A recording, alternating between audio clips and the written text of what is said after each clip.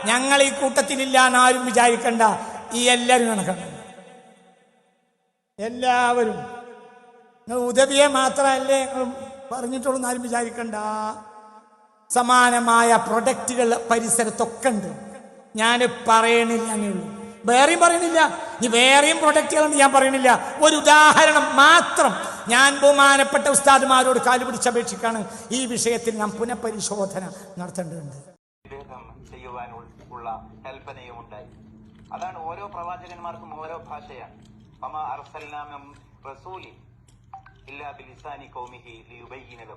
ഓരോ ജനതക്കും അവരുടെ ഭാഷ സംസാരിക്കുന്ന പ്രവാചകനാണ് ഉണ്ടായത്. ഇതാണ് വാസ്തവം. ജിബ്രീൽ അലൈഹിസ്സലാത്തു വസ്സലാം അള്ളാഹുവിന്റെ ആശയങ്ങൾ മനസ്സിലാക്കി അത് പ്രവാചക തിരുമേനി സ്വല്ലല്ലാഹു അലൈഹി വസല്ലമക്ക് എത്തിച്ചു കൊടുത്തു.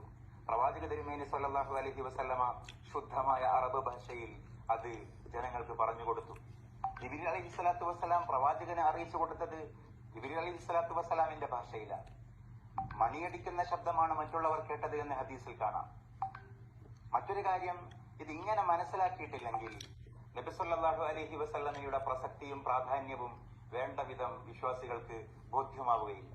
ഞാൻ നേരത്തെ പറഞ്ഞതുപോലെ ഒരു വലിയ ആകാശ ലോകത്ത് നിന്നും അള്ളാഹു ശുദ്ധമായ അറബിയിൽ സംസാരിക്കുന്നത് ജിബ്രീൽ അലൈഹിസ്സലാം കേൾക്കുകയായിരുന്നില്ല. അങ്ങനെ ജിബ്രീൽ അലൈഹിസ്സലാം അറബിയിൽ പറഞ്ഞത് പ്രവാചകൻ മനസ്സിലാക്കി നമുക്ക് അറബിയിൽ പറഞ്ഞു തരികയുമായിരുന്നില്ല. അങ്ങനെയല്ല വാസ്തവം. മറ്റൊരാൾക്കും മനസ്സിലാക്കാത്ത സംവേദന രൂപത്തിലാണ് ജിബ്രീൽ അലൈഹിസ്സലാത്തു വസ്സലാമിൽ നിന്ന് നബി സല്ലല്ലാഹു അലൈഹി വസല്ലമ ഇത് പകർന്നെടുത്തത്.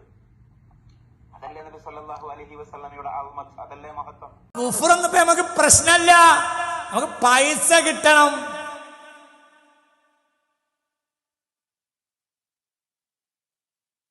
കൂടുതൽ വർത്താനം പറഞ്ഞ് നിങ്ങളെ ബേജാറാക്കുന്നില്ല.